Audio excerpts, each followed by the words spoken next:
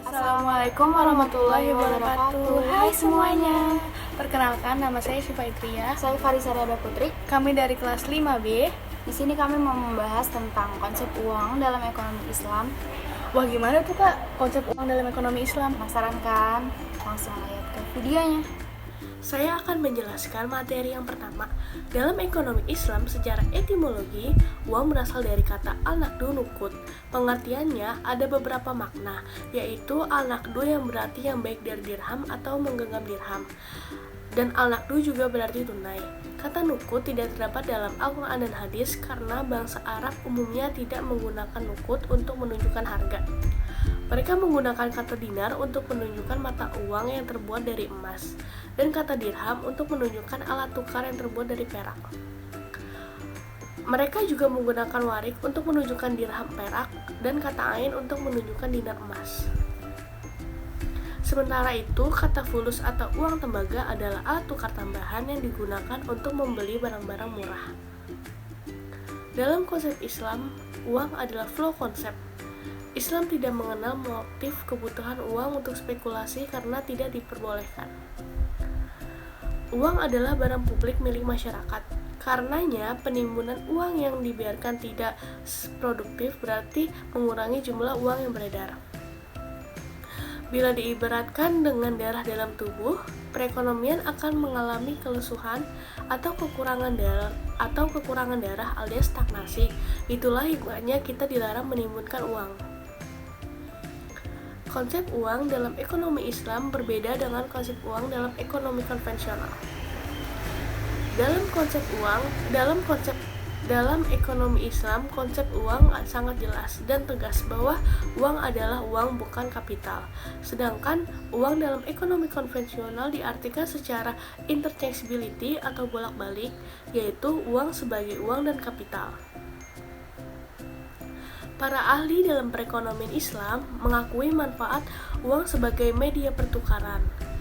Nabi Muhammad SAW sangat menyukai penggunaan uang dibandingkan menukar barang dengan barang.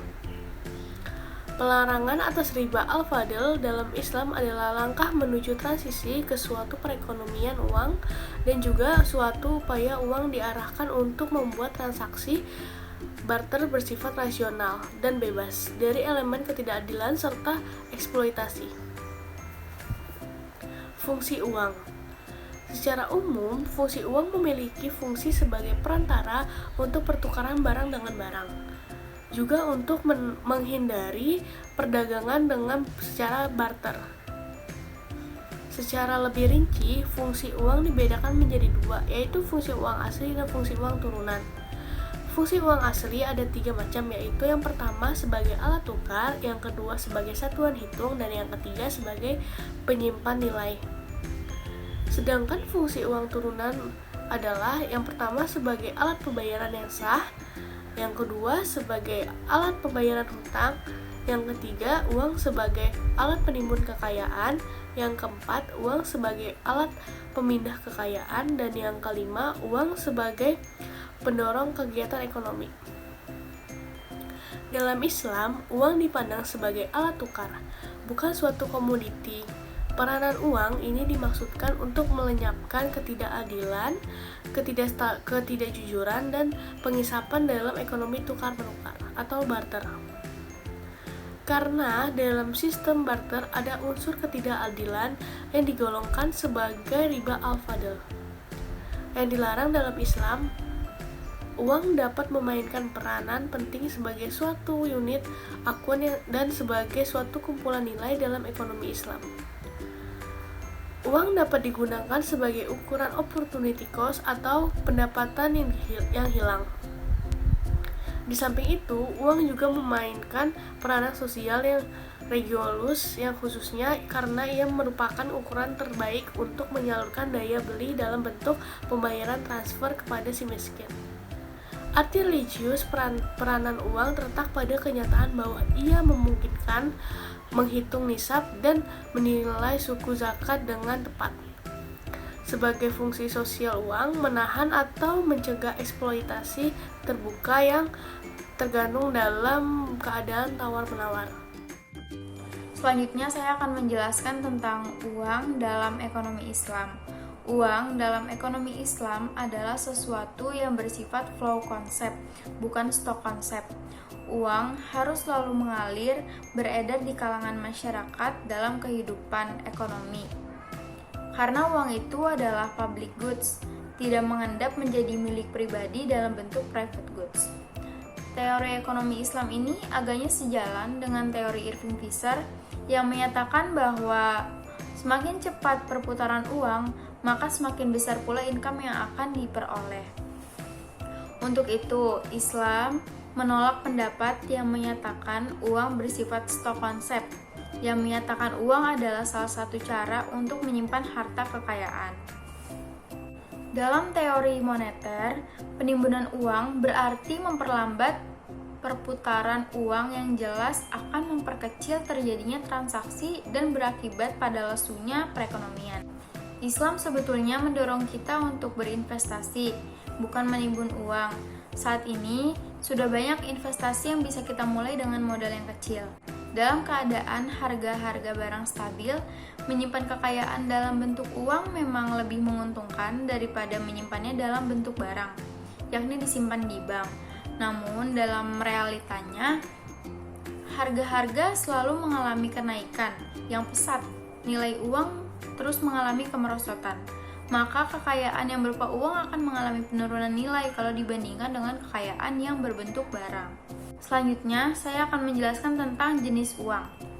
Yang pertama ada uang komoditas, yaitu uang barang, yaitu alat tukar yang memiliki nilai komoditas atau bisa diperjualbelikan apabila barang tersebut digunakan bukan sebagai uang.